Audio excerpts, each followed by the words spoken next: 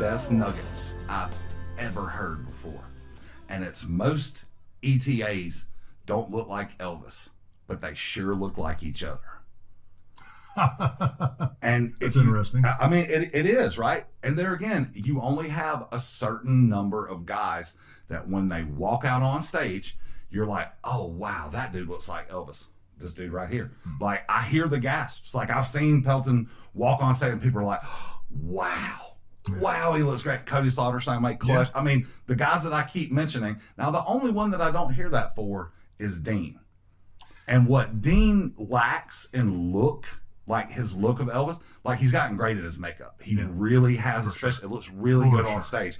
But what Dean makes up is authenticity, charisma, and work ethic. That's where Dean comes out. He don't stop whenever he comes out. And, you know, he's one of those guys that, you know, when he was coming up, he felt he had to work a little extra hard because he didn't have that look, you know?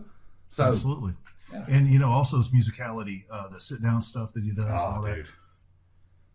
He's aces, man. Yep, and he knows so many songs. You can call out a song. And that's so to be able to do that that's pretty awesome. It really is, man. And speaking of those songs, if I can continue my postscript for the jumpsuit hijacking, I appreciate the rare album cut tunes from time to time.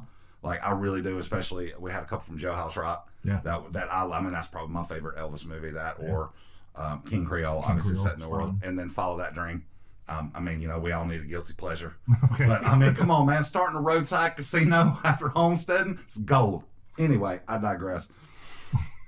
I don't want to hear the Vespa, man. I don't want to hear some sad, pitiful love song that you're out there trying to belt out. Like, give me something good that, you know, a true Elvis person will be like, okay, I get that. Like, I don't want you to look in a, you know, re-release 5 years after he passed away that has bonus tracks, and that's what you're giving me. Yeah, I completely agree. I believe that not even Legends in concert. I mean, I really, really want to be able sometimes to do an obscure song. And there are moments where you can, if you can find the moment to entertain the audience with it. You Don't Know Me is a perfect example. Most people don't know that song, but the way I do it, and I sing it to a lady, and like I'm singing it to you, and it works on an entertainment level. But even with Legends, you can't get away with that stuff. Contest, man, give them what they want. Like, if you're doing your own show, you know, 80% of the songs everybody knows. Maybe you have that 20% that are your favorites that you want to do the thing. But, you know, it's a different thing doing a contest. I tell the guys, especially these young bucks, you know, I'm like, hey, you know, I'm not as young as I used to be. Back in the day, old boy here had his way with some contests. And this is what I did. You know, the guys, the 70s guys, this is what everybody says backstage, everybody. Well, I'm going to sing this song because I'm going to move. And then I'm going to sing this song because I'm going to show my big vocal chops. All right? That's exactly what it is. I already know where you're going, son. And so you winning me over. So yeah, and you got the big la, and then you got the all right. That's the recipe, you know. And maybe, you know what? Maybe they're right. Maybe they are right. Maybe 99.9% of the contests out there, that's what they're looking for. I don't know, but I've always told the young bucks, the 50s guys, all right, because most of the contests I did, I was in the 50s stuff. I said, listen, you're never going to compete big note richness with the 70s guys. But a good 50s guy can beat probably a 70s guy any day because it was so raw, and just there was an animal that was being released. And if you can tap into that animal, and listen, if you want to sing a ballad, guess what? Sing Heartbreak Hotel. Sing Young and Beautiful. Or sing a One Night with You, where you can still get your vocal chops in there, but you can do a big old, you know, just I love it. And then obviously the Jailhouse Rock stuff and all that, Hound Dog. I mean, it wins, man. If you If you can pull it off. If you can pull it off, So, it wins. So another reason why, if you get a young era appropriate Elvis that comes out and absolutely kills one of those early songs, it's because we don't see it a whole lot anymore. That's right. Like I said, everybody's running to the jumpsuits. Give us something different, man. Absence makes the heart grow fonder. And that's that's something that I can't hit on enough. I really can't hit on. Yeah, I agree with you 100%, man. Excellent point. That's for all the guys out there. We hope that you listened up because it's for y'all. Old Daddy Josh here, man. And look, man, some of you guys that have been back year after year, like I see your improvement, man. Yeah. I'm like, oh, dude, this dude's gotten so much better since last year and so much better since the year before and this and that. But you're still not taking care of the one thing. Like if you don't look like Elvis, like if you walk out and you don't look like Elvis, right? You better have something to make up for it. Yeah. Right. As soon as you open up your mouth. It's right? literally, you think about it, it's literally, if you take the time to wrap your head around it outside of yourself, because we always tend to think about me, and it's like, oh, what do I do good? What do I? No, focus out for a second and think, what are they looking for? Because it literally is a sum game of here's your score for this, here's your score for this, here's your score for this, and so on. So if you know you're strong in this and you're weak in this, get stronger in this, or these ones try to figure out a way. That's exactly right. You have to, as bad as it sounds, you have to overcompensate a lot. Yeah. You have to hide those weaknesses with these great strengths. And Ryan brought up another great point, talking about the sets that win: the Heartbreak Hotels, the Hound Dogs, the Jailhouse Rocks. So when Dean went in 2013, Steffi sent me a video or audio. It wasn't even video, it was audio of like just a clip of his final performance. I couldn't even tell that it was Dean singing. It sounded so much like Elvis because he sold out. Some of these better guys, I kind of feel like they just kind of, went out and did enough to get to the top 8. You know what I'm saying? Yeah, and I do believe that sometimes, just because of the nature of the contest being double points for vocals, I do feel that there sometimes is a tendency for some of the 70s guys to be like, I'm just going to win them over with my vocal. And you will not. I promise you, it is not a ultimate stand in the middle of the stage and sing hurt. That is not what this contest is about, even though I love it, man. And look, another thing, I'm just going to go ahead and let y'all in. Like, I love the fact that these guys bring their people, right? Yeah. It's my favorite thing to see a packed house and you got this section over here and that section over there. You know what? I don't listen to y'all. I don't give a damn who gets a standing ovation. I don't care who is louder. I don't care about any of that stuff. I want everybody hollering. I want everybody into it. Watch me next year if I'm judging again. If I haven't messed this up, I'm out there, I'm singing along, I'm tapping my feet, like I'm getting into the music, right? That's what I want for everybody out there, because I'm glad that y'all are there and I love you. But my job is to make sure that we get the best person to go to, because when that person goes to the Ultimate in Memphis in August for Elvis Week, they might as well say Branson, Missouri, ETA. It might as well say Josh Clark, ETA. It might as well say Doug Gabriel, Jack Knudsen, ETA. That is our guy. That's who we picked to represent us. And I take that very serious. I made a joke one time when I first got asked to judge. I said, you know what? I would never consider politics because I know myself. I could be bribed pretty easy. When it comes to the king of rock and roll and carrying on that legacy, no, I will not compromise. That standard is here. That's right, son. That is right. Oh, that's awesome.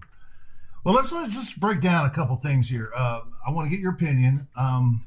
Something new that I've kind of been bringing into it is some extended video production stuff, elements to, my goal is kind of like, these guys have enough on their plate trying to get out there and impress the judges. There's a lot of stress and pressure, and they're going for the big prize. Why not help them look like the most amazing rock star possible through some production value? And that's why I've been doing the video stuff and whatnot. What's your thought of that? I love it. I think that, over the past now 15 years, this contest has evolved quite a bit, right? So once Ryan came on as a host, what was this, 5 years now? 3. Only 3? 2 or 3, I forget, yeah. A handful of years ago when Ryan came on as the host / de facto producer like he started to institute these little changes. Ryan's got a great eye. Obviously, if you're watching this, you know where this man's where his production talent is. You know that he's got interest all over the place. And I noticed these subtle changes. And this year, I mean, it feels like a big show, which is not that it didn't before, but it feels like a little bit bigger of a show. And I think a lot of that has to do, like, there's a great rig at Legends. Like, Skip does a great job with the lights. The sound is fantastic. Like, it's a great theater, especially if you've never been. You should really check it out. Dick Clark's American Bandstand Theater. An awesome venue. One of the newest venues in town, really. Light, sound, everything awesome. What really made this last one stand out, and really the last two, is the caliber of talent that was out there. And, after talking to Rob and Gene, they're like, Pelton had a lot to do with that. Well, here's the thing. My goal, obviously, the better the talent, the better the show for everyone. And the easier it is to make them look good. Absolutely. So my thing was, listen, we do have, just like you said, we do have the best rig. I mean, we have I hate to say it, and I'm by all means, I'm not putting anyone else down, but I feel in a certain way, even like we even got a better rig than like where they have the Ultimate, because we are a theater set up for shows. We do have an amazing light rig and light guy. We have, I tell them every day, man, the best sound guy I've ever worked with in 20 plus 5 years, whatever, of doing this. And all that is right there. We have the ability to have the video production to elevate everything for everyone, not just during the show, but even like the 1 hour pre-show. It's entertaining to watch. So you bring all these elements together, and if the guys notice it, see it, and the fans notice it, see it, guess what? All of a sudden, I feel like you bring a better caliber, which means a more entertaining product, which means people want to see it next time, and it just continues the cycle to grow. It's all about a destination event, right? You look at all these satellite contests that are all over the world to come up with the field for the Ultimate. Yeah. And you'd be hard pressed to find one anywhere that's got the caliber, and it has to do a lot with our location. It has a lot to do with our facilities. It also has a lot to do with the fact that, if you can come up here and throw down and win over these crowds, there's a lot to be said for that. Yeah, and selfishly, my goal with being involved in the production side of this, and obviously being Branson and the venue I perform in all the time, I want a guy from our contest to win the Ultimate. Me too. That's what the goal is, and the only way to accomplish that. And listen, I think that there's amazing festivals all across the board that have had multiple winners. But I want our guy to have to, and have to go through the gauntlet, and to win in a tough field means, you're going to have to win in the toughest field possible to win the Ultimate. Iron sharpens the iron. Exactly. Right. If your football team, like, selfishly, you want the easiest road to the Super Bowl, right? But that if your team can beat these three teams in front that are best in the league, that they legitimately stand a chance. Because if they can't beat those guys, they got no business going in the first place, right? Absolutely. Just rather end it out now. Yeah, and why not present a contest that when you win, Branson, I can win the Ultimate. Yeah, 100%. 100%. And not just because you won Branson. It's because it's like when you practice anything, you practice like it's a game. Okay, you've already accomplished something in real time that is equivalent to what you're going to face at the Ultimate, and I think it's awesome for the guys. It totally is. Just given that big stage feel, that big stage presentation. You're about to walk out in front of 1,000 people in a premier theater in the live show capital of the world, and these people are going to love you if you just go out and do your thing. And you brought up practice, which it really sort of lends itself to this year's winner, Tim E. Yeah. Right? Okay. So Tim E was overall the best package, vocal look, all that stuff, right? Everything that we need to grade on, right? It was him. It was close, but it was him. What ended up pushing him over is the fact that, fair or unfair, do you think that amateurs should be the only ones allowed in the Olympics, or do you think the NBA players should be able to play? He's already got a gig. He already does a show. He's already a professional ETA. So he gets to practice every single day. Yep. Or, even 3 or 4 times a week, right? On a stage and all that stuff. So he just walked right out and did it. Yeah, okay. Well, very interesting. Now, speaking of which, ladies and gentlemen, next year's 2023. Yeah, baby. Branson Elvis Festival, March 24th through the 26th, 2023. Very excited. We got some cool things going on this year in addition to what we had last year. Very similar format. We got the 5 p.m. meet and greet on March 24th. Cody Ray Slaughter, as we mentioned before, is going to be performing at 3 p.m. in the afternoon. That's a normal Legends show slot time on the 25th. And then that night, 7 p.m., the semifinal round of the 2023 Branson Elvis Festival. Of course, the following day, I'll be doing my gospel show at 11 a.m. This year it's going to be called Amazing Grace. I am so excited about these shows, these gospel shows, having the 2 female legend singers and very talented blues brothers as my background vocal quartet. It's something different. If you've seen it, I hope you enjoy it. It's very loose and personal. It feels like we're just performing for friends. But I'll tell you what, there's something special about this. And this year we really are going to take the initiative to, I think after 2 years of doing it, we've tapped into what it is, and we just want to focus on that. And we hope you come on out and get a blessing. 2 p.m. will be the final round of the contest on March 26th. Now, get your tickets today, ladies and gentlemen. You can do that, obviously. We had the initial tickets go on sale, Josh. And that was the package, right, where you could get every everything, event? Yeah. Everything. And I think they literally, I'm not exactly sure what was said, but it's like the most responsive opening sales that they've ever had. Nice. Blowing away, years in the past. So here's the bottom line. All right. The event's going to be sold out. Yep. Okay. Dick Clark's American Bandstand Theater is going to be full. We're rocking. We're 10 months, whatever it is, away from this event. If you don't get your tickets sooner than later, number one, you're not going to get the seats you want. There's not a bad seat in that theater. No, there's really not. But if you want to get a little bit closer, get them. Find a way, whatever it is. You can go to BransonElvisFestival.com, check out all the information. Of course, you can call the box office, 417-339-3003. But the bottom line is it's going to be sold out. If you want to get some seats, man, get them now. Because, and I'll tell you what, when that theater is sold out, it is thumping. It's awesome. And see, that's the thing. Those boys at Legends, they like to play it loud anyway. Yeah. So when it's a packed house and it's jamming, I'm talking, man, folks swinging from the rafters. Yeah. All kind. I mean, seriously, man, it's a party. And Let's go. I'm serious, Let's man. go. And the thing about it is, man, is every person in there, every person of those 1,000 people or whatever that filed in that place, guess what? They all love them some Elvis Presley, right? That's the one thing that we all have in common. If we could take politicians and get them the hell out and just replace it with people that love Elvis, think about how much better the world would be, son. I'm just throwing that out there. Yeah, that's for sure, man. So if you get a chance, ladies and gentlemen, please get on it, man.